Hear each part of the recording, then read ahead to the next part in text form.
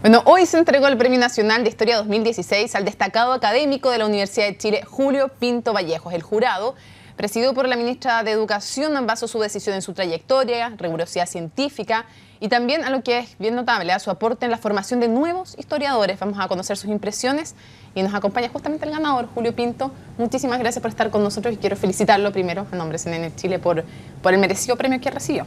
Muchas gracias. Hechas las felicitaciones, la verdad es que tuvimos que abreviar su currículum porque me podría pasar la entrevista contando todo lo que ha publicado, pero tal vez sería interesante explicarle a la gente que usted ha trabajado mucho la temática de la creación del Estado, el movimiento popular obrero, el salitre, y quiero preguntarle por qué esos han sido sus intereses como historiador. Sí, antes de eso, un pequeñísimo alcance, yo trabajo en la USACH, en la Universidad de Santiago de Chile. Tiene toda la razón, me disculpa en nombre además del equipo con la Universidad de Santiago de Chile. Perdón, ya. Dicho eso, hecha la aclaración, con el perdón de la USACH, académico de la USACH entonces, ¿por qué el origen del Estado? ¿Por qué el movimiento popular obrero? ¿Por qué el salitre también? ¿Por qué escogió esos temas? Sí, parto por el movimiento popular, como parte además de una propuesta generacional, ¿no? Lo que se llamó la nueva historia social chilena, el afán de rescatar la historia de aquellos actores menos conocidos y menos estudiados por la historiografía más convencional, porque nos parecía que su aporte a la construcción de este país era fundamental y que había sido muy ignorado por la historiografía convencional. Así que hay un afán deliberado de recuperar el protagonismo de estos actores.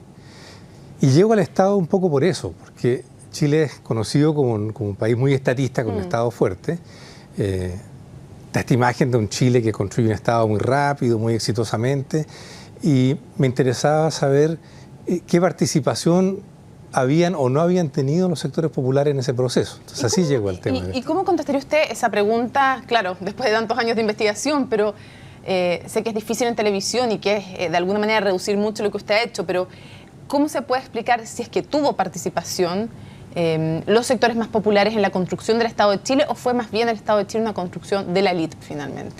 Bueno, el final fue una construcción de la élite, porque en Chile estamos hablando de un país con una élite bastante homogénea, sólida y que le cuesta poco superar la crisis de las independencias y por lo tanto construye un Estado muy fuerte y bastante excluyente. Sin embargo, no es el caso en otros países de la región como Argentina o Perú, que también he estado estudiando en los últimos años, donde las mismas divisiones dentro de la élite obligan a los grupos de poder a buscar apoyos y alianzas políticas, militares, con sectores populares para poder legitimarse. Entonces, lo que me interesa es la comparación del caso nuestro con casos de países vecinos. ¿Qué consecuencias diría usted que tiene para el día de hoy la forma en que se construye el Estado chileno desde la élite y no con esta participación de base? ¿Usted ve algunos elementos que nos ayuden a explicarnos el presente mirando ese pasado? Sí, hay un cierto verticalismo en la cultura política chilena. Ahora, todo esto cambia. Estamos hablando de principios del siglo XIX y pasan 2 siglos y pasan muchas cosas.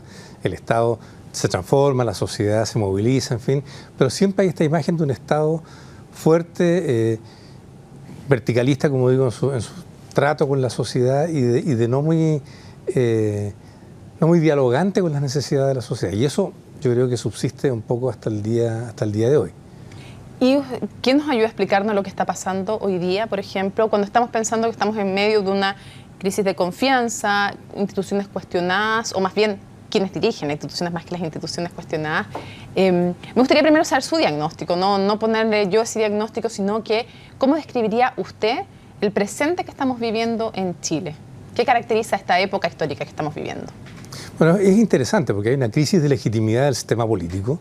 La población en general no le cree a las instituciones, que es una suerte de anomalía en la historia de Chile, porque hemos sido siempre muy institucionalistas. Entonces me pregunta, ¿la gente no le cree a las instituciones o no les cree a quienes dirigen estas instituciones? Sí, yo diría que precisando son las personas que las dirigen, pero en general no se hace un análisis tan fino como para separar la institución de la persona. Entonces está esta noción de que la política en general es corrupta, es ineficiente, en fin, y eso lleva a la sociedad, a las personas, a empezar a intervenir más en los debates públicos, y eso yo creo que es un síntoma auspicioso porque recupera un poco el protagonismo de la sociedad frente al Estado, que es el elemento justamente en el que hemos sido deficitarios. Entonces, aunque no es fácil vivir en estos tiempos que son un poco inciertos, no se sabe en qué va a terminar todo, yo creo que el solo hecho de que las personas empiezan a involucrarse más en las cosas, en la toma de decisiones de su país, es positivo, sí. Usted que ha mirado el devenir del Estado en Chile desde su formación hasta el día de hoy, ¿coincide o discrepa con la afirmación del expresidente Ricardo Lagos de que esta, salvo la del 73, es la peor crisis institucional que ha tenido Chile? No, hay muchas crisis institucionales. Ha habido, en el siglo XIX hubo guerras civiles muy cruentas. Una terminó con la presidencia de Balmaceda. Por supuesto.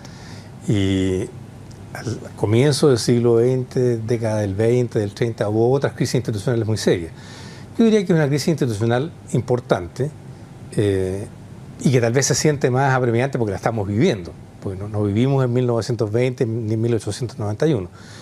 Pero no es la peor, y las crisis pueden ser buenas también porque llevan a que nos interroguemos qué clase de sociedad queremos ser. ¿Y qué clase de sociedad somos hoy día? Somos una sociedad bastante individualista, muy competitiva, donde se le atribuye mucha importancia a los valores mercantiles, en fin, y donde se ha producido en las 2 o 3 últimas décadas, diría yo, un repliegue de la ciudadanía respecto de los grandes temas públicos. Entonces, en ese sentido, yo creo que la coyuntura actual es auspiciosa porque vuelve a involucrar a las personas en esos temas que nos afectan a todos. Y se deja atrás esa noción de, mira, a mí no me interesa la política porque yo tengo que seguir viviendo y trabajando todos los días.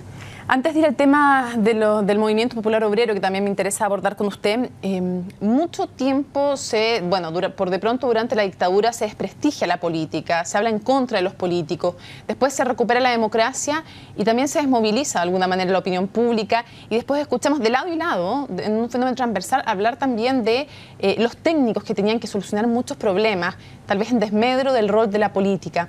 ¿Cuán responsable es la propia clase política del mal juicio que se tiene sobre ella? Ya no estoy hablando respecto a las actuaciones cuestionables del punto de vista ético o judicial incluso, sino respecto de alguna suerte de abdicación del rol de los partidos y de los políticos. Bueno, en el caso de la dictadura hubo una apuesta deliberada por despolitizar a la sociedad chilena. O sea, su diagnóstico era que se había llegado a la situación que se llegó por una excesiva politización. Entonces hay una política deliberada de despolitizar a la sociedad. Y el problema cuando viene la democracia es que no se revierte esa tendencia, sino que se mantiene un modelo un poco, yo diría, tecnocrático de toma de decisiones y de conducción de la política, y en la práctica se mantiene a la sociedad un poco alejada de los grandes debates y de las grandes decisiones. Entonces ahora estamos un poco pagando la cuenta de esas decisiones, porque cuando uno tiene una sociedad desmovilizada, la amenaza de la elitización de las instituciones, de los cuerpos deliberantes está siempre presente, porque no hay una ciudadanía que está pendiente de lo que está ocurriendo y controlando a cada minuto lo que se hace en las altas esferas. Entonces, también por ese lado yo creo que el fenómeno de repolitización que estamos viviendo es un buen antídoto a este camino que se ha tomado. Quisiera preguntarle respecto del tema del movimiento obrero, pero específicamente me quisiera ir a la época del salitre, que usted también ha estudiado. Más allá del movimiento obrero, siempre se ha dicho, y lo sabemos, que esa fue una época dorada perdida respecto de dar un salto en el desarrollo, y algunos se preguntan si lo que vivimos también con el cobre, que nadie sabe cuánto va a seguir en el futuro el precio, pero que perdió una época dorada también importante, si no ya repetimos en el fondo lo que pasó con el salitre, con el cobre. ¿Hay paralelos entre estos fenómenos respecto de matrices productivas, de no diversificar, del trato incluso en el fondo finalmente con un sistema productivo en un país? Sí, si estamos hablando del modelo económico, digamos, ha habido históricamente desde la colonia una focalización en la exportación de materias primas. Eso no ha cambiado de manera sustantiva, salvo tal vez en un periodo entre los años 30 y 70 del siglo XX, en que se buscó una mayor autonomía económica, pero siempre dependiendo de las exportaciones de cobre, de salitre, de yodo. Entonces ha habido una suerte de dependencia endémica de la venta de materias primas a los mercados mundiales. Eso no ha cambiado radicalmente y esa vulnerabilidad se mantiene. Perdimos una oportunidad dorada con el cobre, ¿no? Es una pregunta difícil porque la verdad es que hacer un cambio profundo de modelo económico no es fácil y dadas las condiciones en que salió Chile de la dictadura, no había tampoco mayor interés de los grandes tomadores de decisiones por hacer ese cambio de modelo. Por lo tanto, claro, uno podría especular qué habría sucedido si apostamos por un modelo más autóctono, autónomo, pero eso no ocurrió, ni existían las condiciones políticas como para que ocurriera. Así que... Señor Pinto, quisiera preguntarle antes de ir terminando, este movimiento obrero desde la opresión que significaba la época del salitre con un pago en especies, en fin, lo sabemos, con condiciones inhumanas de trabajo, al día de hoy, con, no sé, esta marcha de las AFP de gente pidiendo, son trabajadores pidiendo no más AFP.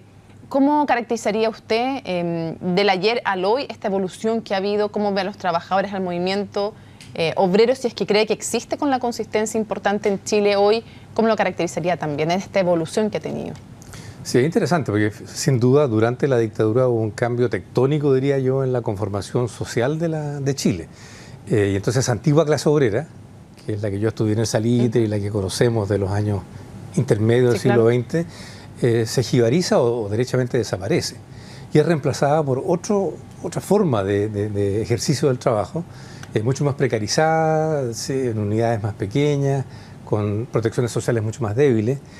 Y entonces hoy en día lo que vemos es un despertar de esta, podríamos decir, nueva clase trabajadora, que es la que sufre los efectos del modelo de las AFP, de la precariedad laboral, de la falta de leyes de protección social o de la debilidad de las que existen.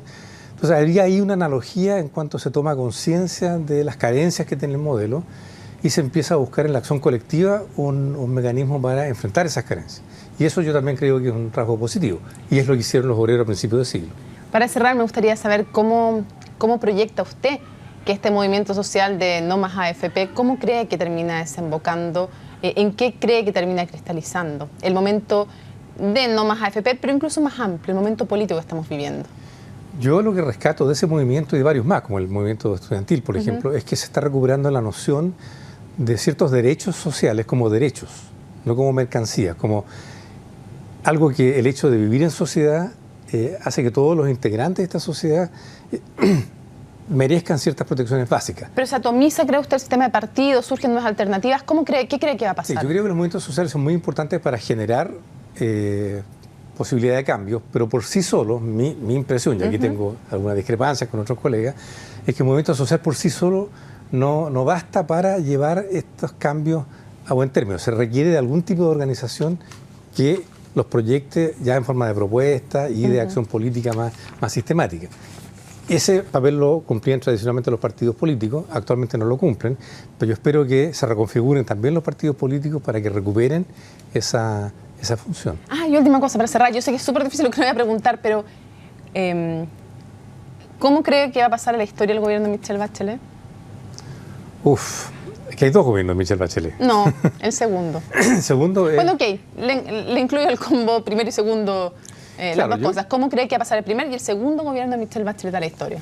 Yo creo que debe estar bien arrepentida de haberse postulado por segunda vez, porque además le tocó un periodo mucho más complejo, de demandas sociales mucho más fuertes, de una situación económica relativamente incierta, donde se están debatiendo grandes reformas estructurales de la sociedad y donde se enfrentan, por lo tanto, intereses muy poderosos. Y eso cualquier gobierno habría tenido serias dificultades para enfrentarlo. Por eso, ¿cómo cree que va a pasar uno y otro? Yo creo que va a pasar la historia como un gobierno que propuso ciertas reformas estructurales, pero que tal vez no tuvo la fuerza política para llevarlas a cabo.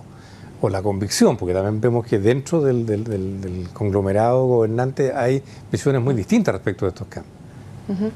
Julio Pinto, Premio Nacional de Historia Académico de la Universidad de Santiago de Chile. Muchísimas gracias por habernos acompañado y menciono también colega y coescritor también de un trabajo junto a Gabriel Salazar, otro gran historiador y Premio Nacional también de Historia. Muchas gracias por haber estado en CNN Chile y felicitaciones nuevamente.